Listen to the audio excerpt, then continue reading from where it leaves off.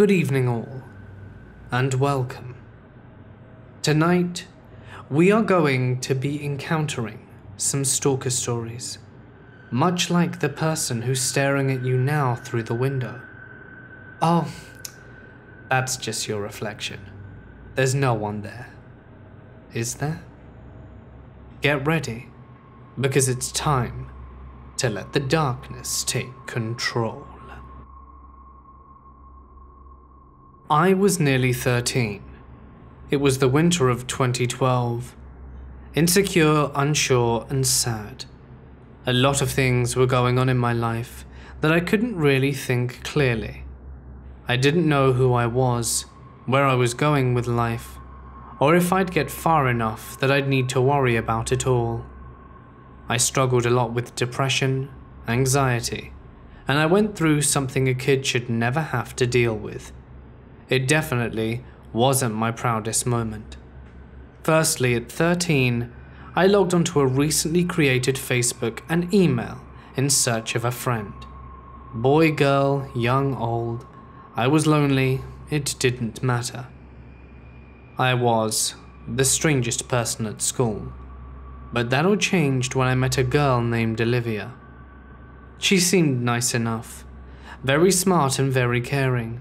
Pretty too. We talked every day, like seriously every day. From the moment I woke up to the moment I passed out at night, she would call me after school, before bed, and even overnight. It was like she was Pavlov and I was a dog. If I were ever sad, she would cheer me up, and would send me cute animal pictures and lovely sayings. She managed to be my source of happiness, strength, and ultimate confidant. I thought of her as my best friend, while she thought of me as much more. She liked to send me pictures of her face, pasted onto pictures of me and my friends. She started to spread rumors about me being gay to my family, friends, and elders. People she didn't know. People I respected around this point, and she started to print out my photos from Facebook, Instagram, and even Snapchat. All secretly and behind my back. I had no idea. I thought she was my closest friend. I could open up to her about things I never thought I could tell. But her sweet voice was like the lull of the siren. It was like I needed her. Her presence was a treat, and I was figuratively an unsuspecting dog with my heart and mind being held captive. All for being taught to need that treat. Fast forward about a year. At this point, she had made multiple Facebooks, Snapchats, and other social media for multiple characters she was about to use against me. At 14, I had been trying to avoid this girl who used to be a huge part of my life. She still managed to Snapchat and Skype call me at least twice a day. What little friends I had left had finally had enough of her incessant calling and texting, and Olivia wouldn't stop until I was completely alone. She lied to two people I tried to have a long-distance relationship with, which meant having an online-based relationship, just like with Olivia. Both boys had been my friends a couple of months first. They were nice, cute, and caring. I didn't think I needed to ask my best friend for permission to date. Each relationship was at least 6 months apart, but they felt like lifetimes. I managed to get attached to them. I'm very faint at heart, and Olivia managed to use her specially crafted fake accounts to weasel her way into said relationships. She found their Facebook accounts and told them that I was her girlfriend, and that I was cheating on her. She let them know how hurt she was. Olivia said she just couldn't be alone. She told them how easy she could swing their direction. She made proof of her own, as Olivia managed to convince both boys that I was evil, that I was a liar and a cheat, and could not be trusted.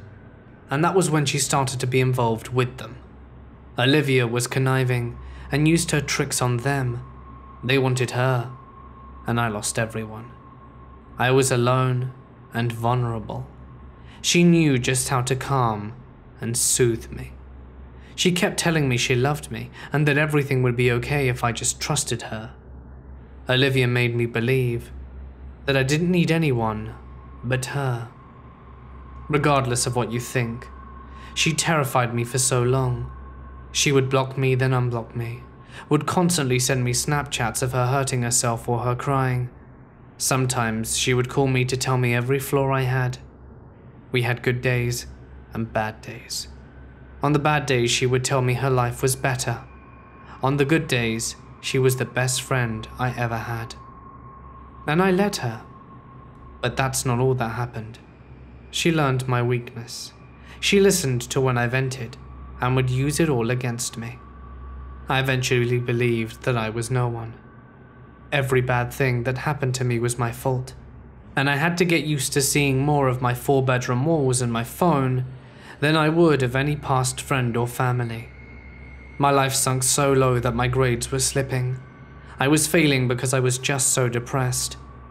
If I didn't have Olivia, I just couldn't manage. I hated her so much for what she was doing to me. But why did I still love her? Why did I feel like she was the only one who got me? Quite a few months after I turned 14, she called my school. She told them I was a risk to myself and that I needed help. I had been hurting myself and was afraid. Consequently, she nearly got me sent away. Although Olivia spared no time to message me right after that apparently her 2-year-old nephew Theo died of cancer. She said that's why she called. Olivia sent me a picture of a cute little dark-haired boy who was sitting on a slide smiling. She just needed me at that moment. Regardless of if I hated her or not, she couldn't be alone. After this, she would often Skype me just to talk about ending it all, but I didn't know who to call. So I clicked off my iPad and went to bed. I couldn't take it anymore. She drained me with needing constant attention. She constantly made me feel paranoid, anxious, afraid, and isolated. She loved me, I thought, my best friend, and wouldn't hurt me on purpose. But I woke up. The hundreds of messages, calls, missed video chats, emails, Facebook messages, and the like. Even pictures of her harming herself. Pictures of admittance in a hospital for nearly taking her life. And it was my fault. At that point, I was spiraling. I was alone. She infiltrated my life and exiled me from my friends and family. My life was over. I blocked her. I blocked everyone that could be her. And I deleted everything, which eventually became my Achilles heel, as I could never receive help because of my mistakes. Coupled with that, I cut myself off any type of device that could have internet. I also started to self-harm. I felt like it was the only way I could control my pain. It was the only thing I could control, and I was dying inside. Explicitly, I had hit rock bottom. It was 2015 and I was close to turning 15.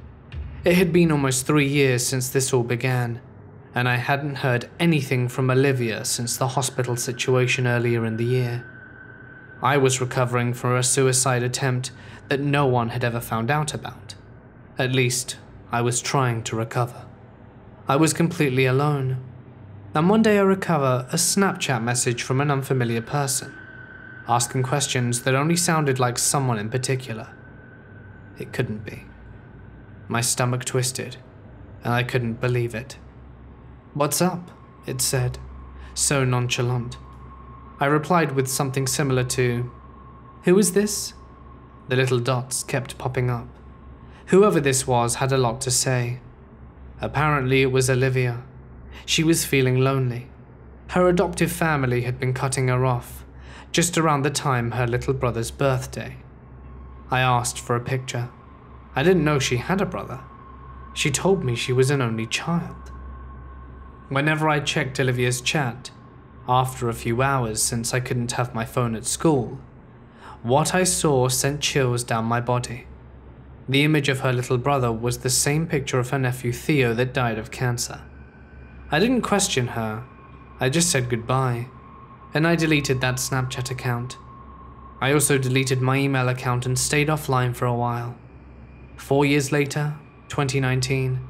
I haven't had any contact with her. I constantly search for her name to ensure she stays blocked, and I block anything suspicious. I'm now engaged to be married and very happy. I haven't needed therapy in years. I hope my story doesn't rouse the devil. This happened to me over a year ago, at the end of March 2017, and I still can't be alone in my own home. 3 years earlier, I had moved into a house that my grandparents left me before they passed away. I had spent some time renovating and was happy enough with it to move in.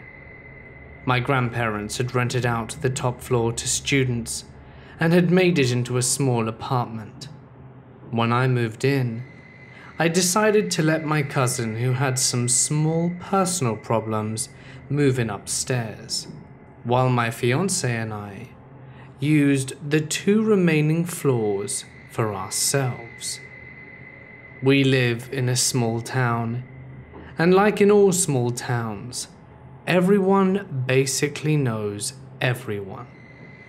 And like most men in our town, my fiancé is a fisherman and goes away for long periods of time during the winter, sometimes from January to May. In our town, there are 2 brothers that are, well, I guess you can call them weird. Some may say original, though we all know they had struggles in the past. That probably is the reason behind their behavior. But my path never crossed theirs, and I never talked to them, mostly because of the age difference. This particular night I was home alone. My fiancé was up north fishing, and my cousin was visiting family. I had come home late from work and was just chilling with a glass of wine in front of the TV. I can't remember what was on. I usually just need to empty my head after work, so I was just sitting there in the dark, with nothing but the lights from the TV, lost in my own thoughts after a long evening shift. That's when I thought I heard some sounds outside. Usually when I hear sounds like that, I brush it off. I live in an old house, and old houses make sounds randomly, and the rain was pouring down outside. Only once had it happened that it was actually someone out there, and that time it had been an Eastern European group of guys scouting out our house, since some groups like that like to travel around to small places and do burglary and petty crimes. I had this in mind, but I had not been home at that point. Only my fiancé and cousin, and they ran after them, and the men jumped into their car and were never seen again. I told myself the sound I had just heard was either the house or the rain, until I hear another sound again, more clearly this time, and this time it came from the deck on the side of the house that I sat. I froze as I heard steps moving closer to the window where I sat. The first window this person would come to, moving from that side of the house, would be my bedroom. He or she wouldn't see anything inside there. The curtains were down and the lights off. The steps kept moving towards the door that we had on that side of the house, and I knew once they got there, they would be able to stare directly at me through the door window. I quickly turned off the TV, so the room got dark. By doing this, I would for sure be telling them that I was home, unless they came from the forest behind the house, which means they had to climb and crawl a lot, and they would have seen that the TV was on from the front. To give you an idea of how my floor plan is, my house is built so that from the front you can see the kitchen through the 2 windows, and the living room through one. Moving around the house to the back, you have the window to the bathroom, bedroom, and door to the living room. And on one side, you have a couple of big windows into the living room, and on the opposite side, the entrance to the hall. And all around the ground floor, we have a deck. So I sat still, heart beating fast. I could barely breathe while I was hearing the footsteps, now slowly coming closer to the door. The wood on the deck making sounds as the weight of the person pushed down on it. And that's when I saw the big shadow of a man outside the window, stopping and looking in. I stayed still in the chair, and I was sitting, hoping it was dark enough that he wouldn't see me.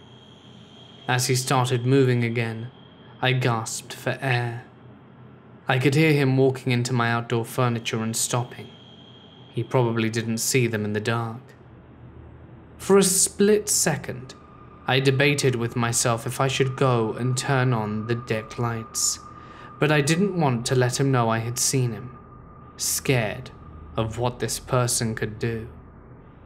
I live in a small town, in one of the most baby-proofed countries in the world. These things were not supposed to happen here. Well, at least I had felt safe up until then. It could have been someone pranking me thinking they were hilarious, but I was not willing to take that chance. I grabbed my phone and ran as quickly as I could to the kitchen and hid under the open counter area. I knew he wouldn't be able to spot me there from any windows if I sat still, and I quickly started dialing my dad's number, figuring it was either him or my brother who could come to help me fast. We share police with a neighboring town, and they are usually stationed here, which means it would take them at least 35 minutes to get to me. Though it was late, my dad was quick to pick up, figuring I wouldn't call him that late if it wasn't important. I whispered quickly into the phone so fast, with such a low voice that my dad couldn't hear me, and I had to repeat myself. "There's someone at the house. He just looked through the window." As I said it for the second time, I couldn't hold back my tears, and I started sobbing. My dad told me to stay put, and that he would be on his way. He hung up, and I can remember how I had wished he wouldn't have done that.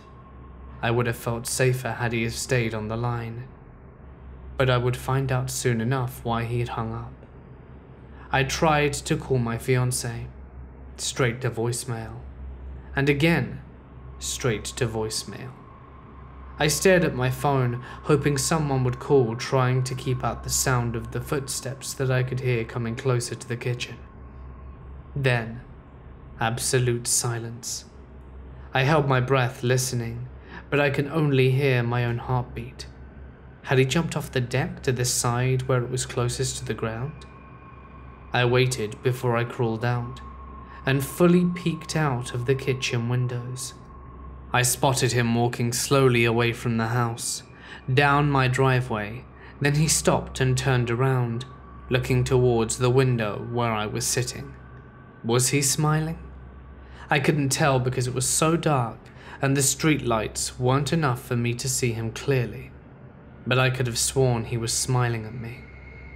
At the same time, my driveway got lit up with lights from a car, and I could see who he was before he ran into the neighbor's driveway and disappeared behind some bushes. I jumped when I realized whose car it was. It was my dad's business partner, John. I ran out towards him. My dad had called him and asked him to go to my house because he was closer. I had never been happier to see him. I quickly told him who I had seen, and he assured me that my dad was only minutes away, before he jumped into his car to pursue the man. The man I had seen had been one of these brothers that we all find weird. The one known to be a schizophrenic drug addict. But why had he been outside my house? He was not known to burgle people's homes. My dad came and called the police, who came and took my statement. John came back and said he had not been able to spot him, and that he probably ran into the forest on the other side of my neighbor's house. The police couldn't arrest the guy since he hadn't done anything. Scaring the living shit out of me was not a big enough crime. But they knew who he was and promised to talk to him and tell him to stop scaring people. As for me, they told me to call if he ever did it again. I didn't stick around to see if he came back that night. I packed some things and stayed over at my parents' house until my cousin returned 2 days later. Sadly, this was just the beginning of something that would last for almost 4 months. A week or so had passed since the guy had lurked outside my house. I was busy working and didn't have much time for anything else, though I had the episode fresh in my mind every time I went to bed. That Friday after work, I was going to have some friends over for food and game night, so I stopped by a store to get some groceries. As I stepped out of my car, I could see someone from the corner of my eye, mostly because this person had bright red and pink clothes on. As I turned to walk in, I saw him. He was on a bench and looked at me with a smirk on his face. The chills I got were indescribable. I walked as fast as I could into the store and grabbed the things I needed before I hurried back to my car. I couldn't see him anymore until I left the parking lot. He was standing with his bike behind a building, peeking around the corner. As I passed him, our eyes met for a split second before I stepped on the gas to get away. That same night after my guests had left, I went to bed and was laying in my bed checking my Facebook, Snapchat, Twitter, and Instagram. The whole routine before going to sleep. I heard my cousin unlocking the front door before locking it, and heard him walk upstairs to his apartment. At least I knew he was home, and I could finally go to sleep. I must have been half asleep / half awake when I heard someone knocking on the windows in my living room. My heart was beating so fast in my chest that I froze, and it quickly went from knocking to pounding.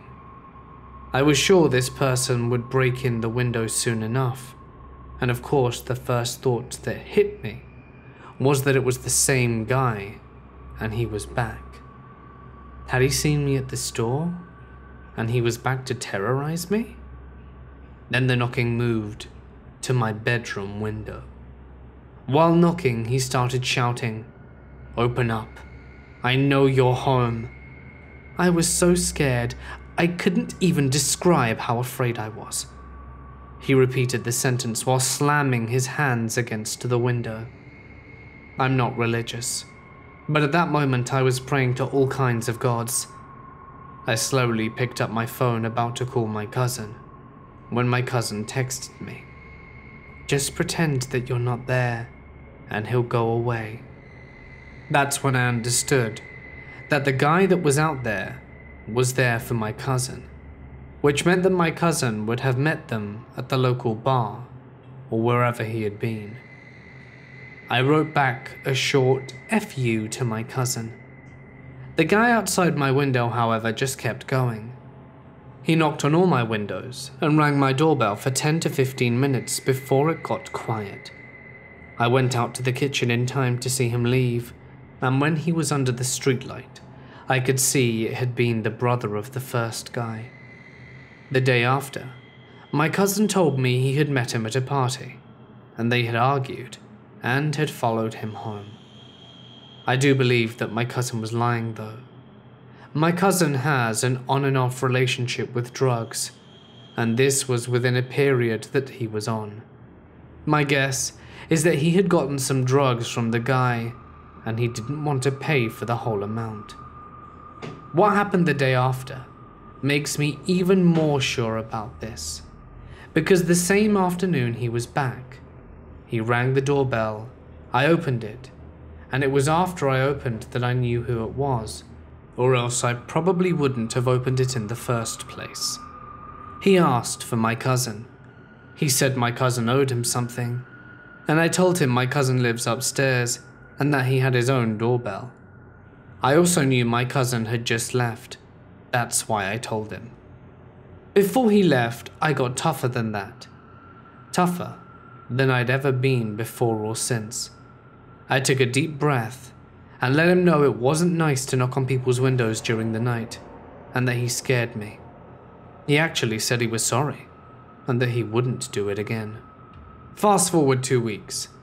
I was out on my daily run with music in my ears, and not really thinking about much, or not really paying attention to anything but the road in front of me, when I had to stop to tie my shoelaces. As I got up, I could see this guy from the first night, standing at the top of a hill with his bike, and he was looking at me. I got back up and started running again, but this time I looked over my shoulder, and to my surprise he was already getting closer to me. I took a route where I knew there would be more people, but it was a bit longer, and after changing directions I looked over my shoulder again, and he was closer still. I begged that I would see someone I knew so that I could stop and talk to them and let him pass, but when he was right behind me, I had still not seen a soul. Fortunately, I saw a man out walking his dog and stopped straight in front of him. I said I thought his dog was cute, and he let me pet it, and the guy passed us on his bike. But I could see that he kept looking at me over his shoulder, all while he had that crazy smirk on his face. The man with the dog asked if I was okay. I didn't want to sound paranoid, so I just said yes. I couldn't see the stalker or his bike anywhere, but I still decided to run back and take my original planned route. I was almost home when I spotted him at a bus stop, leaning over his bike, looking down at what probably was his phone. I crossed the street and looked over my shoulder to see if he saw me. I thought he had, but I think I made it unnoticed. Still, I locked the door behind me as soon as I was inside, but when I was in the kitchen getting something to drink, I could see him on his bike slowly moving as he passed my driveway, looking into my house before disappearing behind some trees. I went to take a shower after that. I just needed to relax and wanted to surf the web for a little bit. When I went to check my Facebook, I could see I had a new friend request. Guess who it was? Him. I have no idea how he found my name on my Facebook. But as I said before, I live in a small town, so it wouldn't have taken him a long time to find out who I was. He might have even read it on my mailbox. I did not add him as a friend though. A few days later, while I was at work, I got a message on my messenger.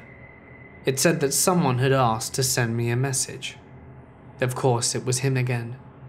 Declined. He tried to get in contact with me over Messenger for about a week, until I blocked him. After this, I came home one day to a note on my door. All that it said was "add me on Facebook," and his first name and made up last name. I think it was Bond or something like that. I saved the note and later handed it over to the police when the stalking got too much. His brother never came back to the house, but one time the both of them were walking behind me when I was out walking with some friends. They were just staring at us. His brother also once asked me why I didn't want to add them on Facebook and why I didn't talk to his brother. I never replied to any of them. I finally got my cousin to tell them to chill on the stalking, and this is when it went from bad to worse, with daily visits from at least one of them, but mostly the first guy. I think the brother might have showed up to where I was about 3 times. The first visitor started hanging around outside my office, my gym, my house, and anywhere I was really. It got super intense, Of course, I started telling people more about this, and all of them told me to contact the cops, which I did. I gave them all the notes and messenger messages, and told them about the stalking, and said I had witnesses. They promised me that they would keep an eye on him, and told me that it was not the first time he was doing these things. That didn't calm me down at all. Why couldn't they just get him some help?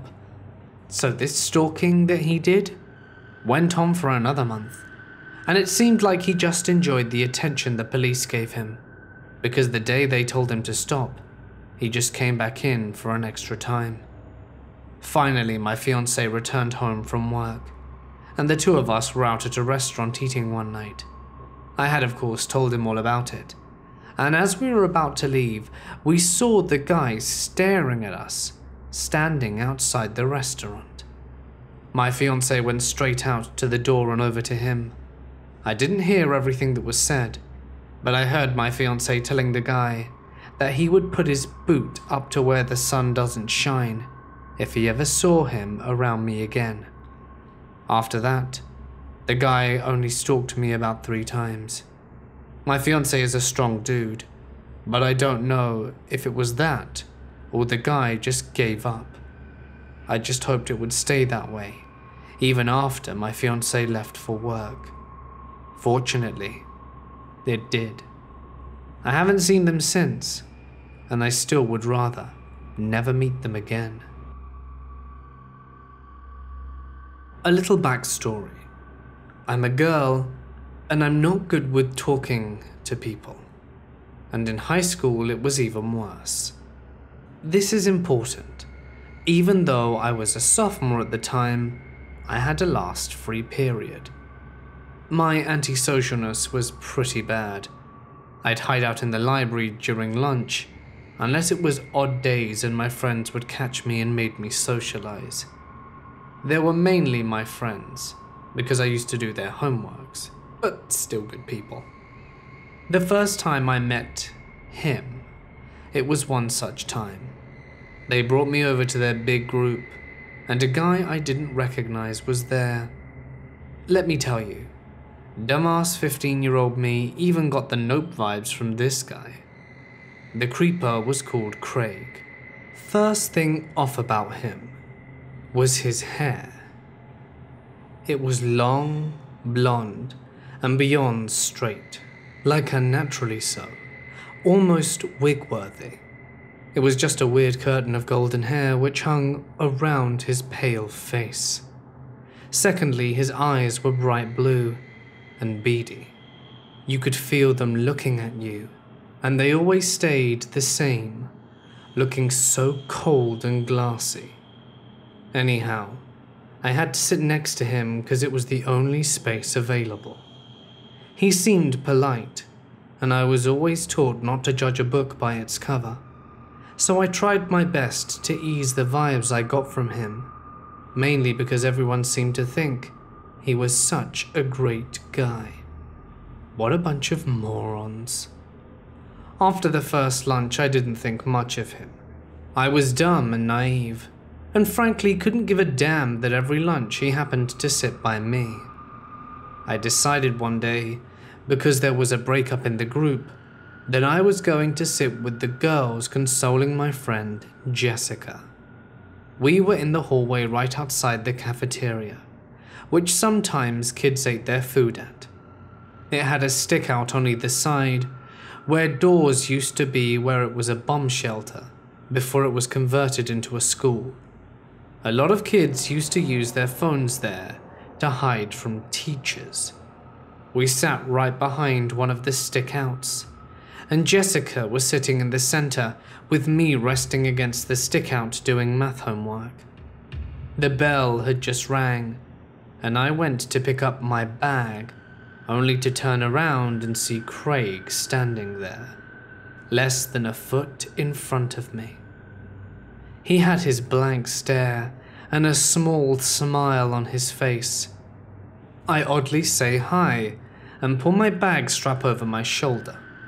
He doesn't say anything and just stares, and I sigh, just waiting for him to ask where my friends were. so that I could nope out of there.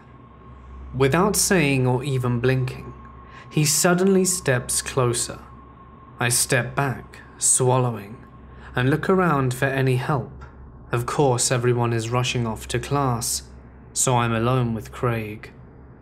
He doesn't say anything, doesn't blink, and I'm staring up at him. He was a grade older than I was, so though I was tall for a girl, it really didn't help me out there. I feel his hands skirt about the edge of my shirt, and I jump into flight mode, racing past him quicker than I've run before. From then on, I try not to sit by him, getting to the odd lunches early so I can pick a seat, and sat next to my actual friends. He started standing behind my chair, resting his soul patch adorning chin on the top of my head, and letting his slender man long arms drag down and touch my hips. Sometimes when lunch would end, he'd squeeze me, hugging me right below my breasts as I died inside. My friends thought it was cute, and that I was blushing because I liked him. I started hanging out with Jessica and the hallway group more often. The wall thing happened again, but this time he had his arm out blocking me by running by him because I was stuck between him and me. He had curled his fingers through my hair and was murmuring something I couldn't understand. It was a full 2 minutes of him going from touching my hair to rubbing my hip all the time, while I was having a panic attack. Then the late bell rang. I ran and hid in the downstairs bathroom for a good 20 minutes. I should also add that I had been wearing long-sleeve baggy clothes and even turtlenecks after the first incident. And I also lived in New Mexico, so I didn't layer. And by now I had told my friends about what Craig was doing, and they had tried to stop us from having contact as much as possible, walking me to class after lunch and blocking him at the lunch tables. I had to even go as far as to report it to the counselor, who was basically my best friend. She was pissed about the whole situation and the fact that she couldn't do anything about it because they had the 3 strikes rule. Craig found a way around this. Like I mentioned before, I had a free period, and I tended to hide out in the library. The library was my little sanctuary. I loved and still do love books, and I would spend my half-hour reading every sci-fi, psychology, or any kind of book that caught my interest that semester. I was in the sci-fi corner, which, for one of the reasons I chose it, was completely hidden from the librarians and everyone else's view, as I really didn't want to be disturbed. I was halfway through The Time Machine, which is a great book by the way, and all of a sudden I look up, feeling something was off. Lo and behold, Craig had a research period. There he was. Without saying anything, he sets his bag across from me and stands behind my chair. I couldn't breathe at this point. His hand instantly finds literally the only skin that my turtleneck had somehow gotten over. He smells my hair, squeezes my hips, with his nails literally digging into my skin. Craig was mad with me. I thank God I put my bag in the chair next to me, because he had to sit across from me. I don't know how long he was standing there for, but when Craig stopped, I nearly died of happiness. When he did finally sit across from me, leering hatefully, while his icy eyes burrowing themselves into my memory, Craig hunches over the table and leans over to me. "Can I ask you a question?" I'm literally petrified about to piss myself here, so my brain wasn't working well with me. Sure. But for the love of God, don't touch me." He tilts his head, smiling softly, while saying as though asking about the weather, "Is your mum a MILF?" For the life of me, my innocent ears had no clue what that could possibly be. I don't know. I don't think so." I had abandoned my beloved books and was nervously begging the bell to ring, while covering up my assaulted hips with my turtleneck. He didn't seem deterred by my answer and smiled. "Well, what about your sister?" Craig chuckled in a low voice. "Is she loose?" My jaw dropped. Even I knew what that meant. Out of the corner of my eye, I saw this girl, a tall senior, curvy, and staring at Craig with what I can only describe as pure shock. Thank God she was there. "No," I managed to whisper, as the girl places back a book and perks up, looking back at us, as though she had just cured cancer, but it had bad side effects. "Hey, do you know where I can find—" For the love of my life, that girl had no chance in hell to finish her sentence. I grabbed my bag, jumped up, and was by her side in a flash. "Yeah, I think it's over here," and I led her to the complete other side of the library, where we didn't go, and instead, she and I walked out the school. The entire time, this unnamed chick held my hand. Once we were out, she hugged me and had me talk to her. I told her everything about what had happened, and the woman told me first thing tomorrow morning I should report it to the counselor again. I told the counselor, Mrs. Gates, and she reported it, changing my lunch and telling me to take my free period in the computer room. After 2 weeks of blissful Craig-free lunches, they were switched back, and it turned out that since Craig failed a year and he was 18, and he had sent some inappropriate pictures as well as lewd messages to freshmen who had reported it to the counselor, 3 strikes and probation, and he was kicked out of school and sent to the university. To the guy who pinned me against a wall and ruined my sanctuary, you better hope that we don't meet again. When I was a lot younger, around my early teens, I had a pen pal who I would exchange emails with. Her name was Natsume, and she lived in Japan. I found out she would be visiting America around summer vacation as part of a club activity, or something along those lines. My mother worked for a travel company at the time, and was able to get a little miniature trip pulled together for us to go to Boston, where Natsume would be staying. I was excited about meeting my pen pal in person. It's something I looked forward to greatly.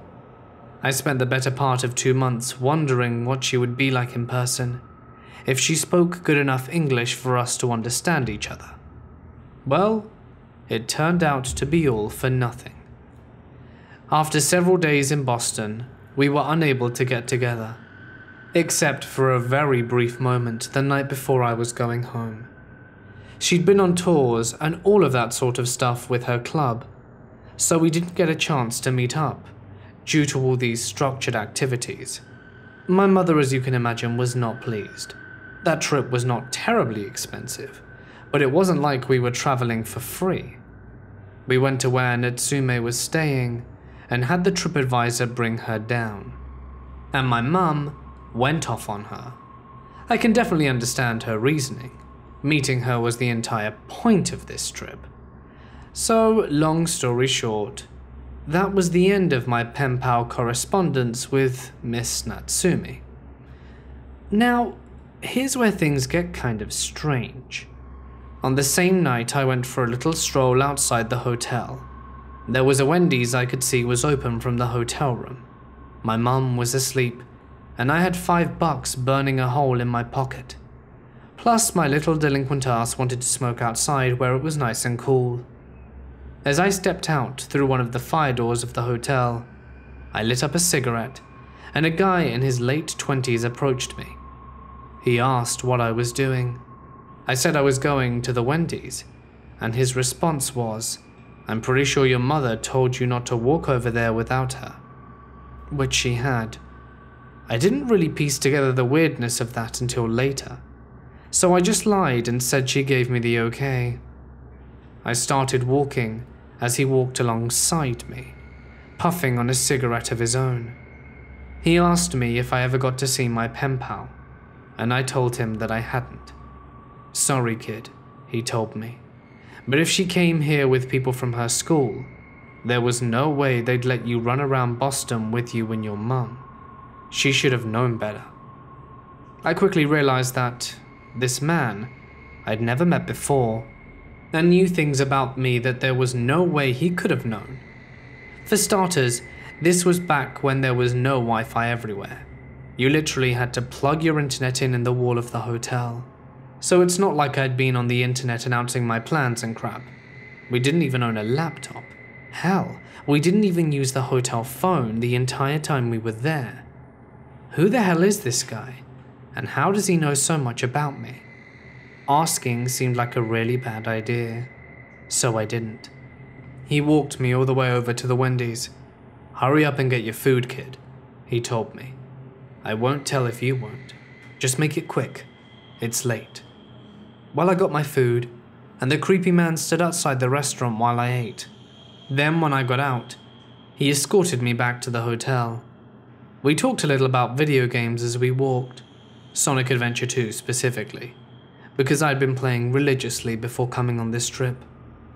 We both parted ways, and the man told me, "If your mum asks, just lie, and say you were in the exercise room, and throw your cup out before you go upstairs." I'd been dicking around in the exercise room every night at the hotel. I liked playing on the treadmill and pumping iron. This person, who I'd never met before, who I never saw again, knew so much about me that he could pass for my older brother. I still wonder what it was about to this day, and this seemed like a good place as any to tell this story. It was a strange trip. This is the story of my mum's stalker. She kept getting weird poems and letters stuck into our mailbox. Creepy, romantic, often pretty obscene, talking about forbidden love and secret admirers. She had no idea where they were coming from.